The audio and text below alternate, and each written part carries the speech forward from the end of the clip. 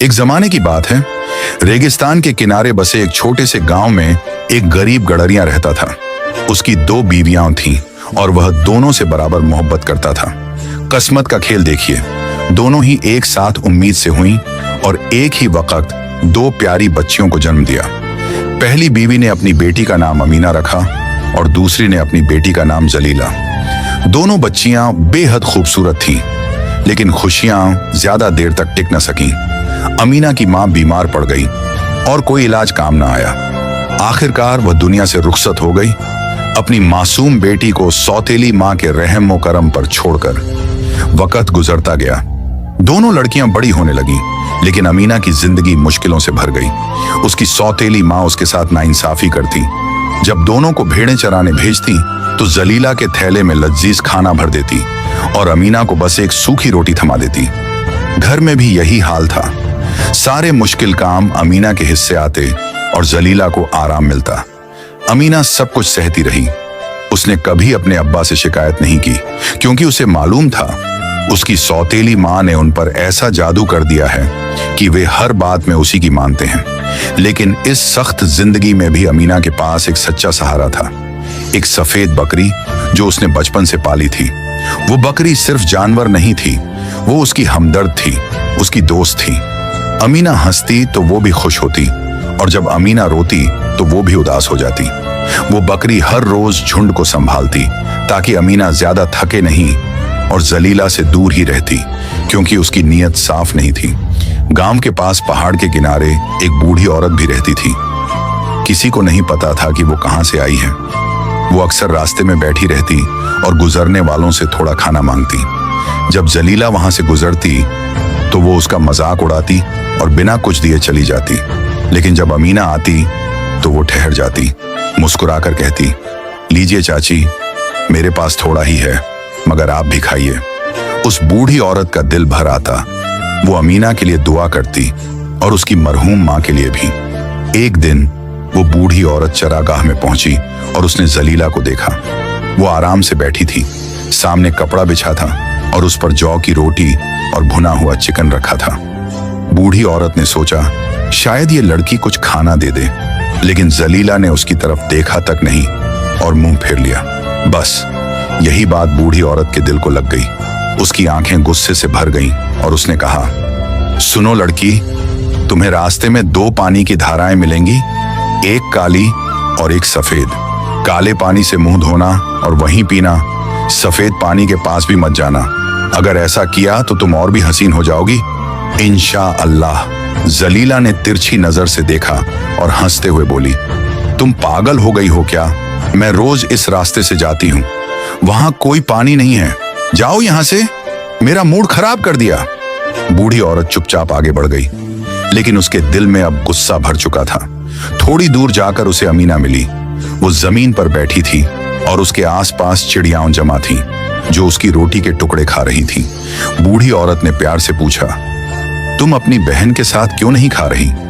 अमीना ने हल्की मुस्कान के साथ जवाब दिया, वो किसी को अपने पास नहीं बैठने देती। चाची, आप आइए, मेरे साथ जो है वही खा लीजिए। बूढ़ी औरत की आंखों में नरमी आ गई। उसने दुआ दी और धीरे से कहा, सुनो बेटी, तुम्हें भी वही 2 पानी की धाराएं मिलेंगी, एक काली एक सफेद। काले पानी से मुंह धोना और वहीं पीना, सफेद पानी से धोखा मत खाना, चाहे वो कितना भी साफ क्यों ना लगे। मेरी बात याद रखना, वरना पछताओगी। अमीना हैरान तो हुई, लेकिन उसने अदब से सिर झुकाकर कहा, जी चाची, मैं आपकी बात जरूर मानूंगी। और यहीं से शुरू होती है अमीना की किस्मत बदलने वाली एक अजीब और जादुई दास्तान। जैसे जैसे सूरज ढलने लगा, अमीना धीरे धीरे घर की तरफ लौटने लगी। उसका पेट खाली था, क्योंकि उसने अपना थोड़ा सा खाना बूढ़ी औरत और उन मासूम परिंदों के साथ बांट दिया था। चलते चलते अचानक उसकी नजर सामने पड़ी और वो ठिठक गई। उसके सामने 2 झरने थे, एक का पानी काला था और दूसरा चांदी की तरह चमकता सफेद। अमीना हैरान रह गई, ये कैसे हो सकता है? सुबह तो यहाँ कुछ भी नहीं था, उसने दिल ही दिल में कहा। वो धीरे धीरे सफेद पानी के पास गई। पानी इतना साफ था कि जैसे शीशा हो। दिल किया बस उसी से पी ले, लेकिन तभी उसे बूढ़ी औरत की बात याद आई। उसका दिल एक पल को डोल गया। फिर उसने खुद को संभाला और काले पानी की तरफ हाथ बढ़ाया। जैसे ही उसने पानी को चेहरे के पास लाया, उसमें से कस्तूरी जैसी खुशबू आई, एक अजीब सी सुकून देने वाली महक। अमीना ने वह पानी पी लिया और जैसे उसके अंदर नई ताकत भर गई हो, उसने अपनी मशक भी उसी पानी से भर ली और घर की तरफ बढ़ गई। कुछ देर बाद वहीं जलीला भी पहुंची। उसने भी वहीं 2 झरने देखे और चौंक कर बोली, तो वो बूढ़ी औरत सच कह रही थी। फिर उसकी नजर सफेद पानी पर पड़ी जो चांदी की तरह चमक रहा था। उसने मन ही मन सोचा, ये बूढ़ी औरत मुझे धोखा देना चाहती थी। काला पानी जरूर गंदा होगा, तभी मुझे वहीं पीने को कहा। जलीला मुस्कुराई और बिना सोचे समझे सफेद पानी की तरफ बढ़ गई। उसने उससे मुंह धोया और जी भर के पिया। वाह, कितना ताजा पानी है!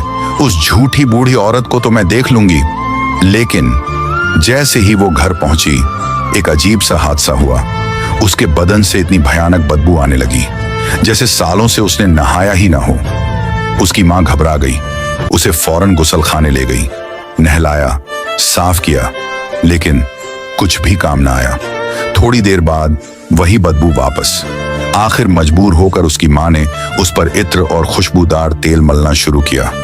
उधर अमीना की दुनिया बदल रही थी। दिन ब दिन उसकी खूबसूरती बढ़ती जा रही थी। उसका चेहरा नूर से भर गया था। भले ही उसे अच्छा खाना न मिलता, लेकिन वो उसी पानी से पीती थी जो उसने झरने से लाया था। वही पानी उसकी भूख मिटा देता, उसे ताकत देता और उसकी रौनक बढ़ाता जाता। दूसरी तरफ जलीला की हालत बिगड़ती गई। उसकी खूबसूरती मिटती जा रही थी और चेहरा मुरझाता जा रहा था। एक दिन उसकी मां ने पूछा, क्या हो गया है मेरी बेटी? तुम दिन ब दिन ऐसी क्यों हो रही हो? जलीला ने बहाना बनाया, शायद आंखों की बीमारी है। लेकिन फिर उसने सारी कहानी सुना दी, झरनों वाली, बूढ़ी औरत वाली। उसकी मां सब समझ गई और गुस्से में बोली, ये सब तेरी बेवकूफी का नतीजा है। तूने बात नहीं मानी और देख, अमीना तुझसे ज्यादा अक्लमंद निकली। फिर उसने कहा, चल मुझे वो जगह दिखा। दोनों वहां पहुंची, लेकिन वहां कुछ भी नहीं था। न कोई झरना, न काला, न सफेद, बस सूखी मिट्टी और पत्थर। अब मां बेचैन हो गई। वो जगह जगह जादूगरों और ढोंगियों के पास गई। आखिरकार उसे एक बूढ़ी जादूगरनी मिली जिसने कहा, इलाज सिर्फ एक है, अमीना की सफेद बकरी को मारना होगा। उसका गोश्त ही इस जादू को खत्म करेगा। बस यही बात जलीला के दिल को भा गई। उसने तुरंत मौका देखा और बोली, हाँ माँ, वो बकरी ही सबकी जड़ है। वो जानवरों को मेरे खिलाफ कर देती है। मुझे कभी सुकून नहीं मिलता।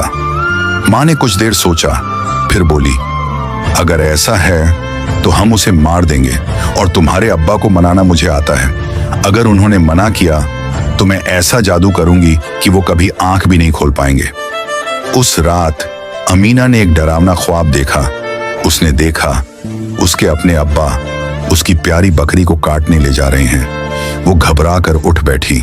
दिल जोर जोर से धड़क रहा था और पूरी रात वो जागती रही, डरी हुई, परेशान, अपनी उस एकमात्र सच्ची साथी के लिए।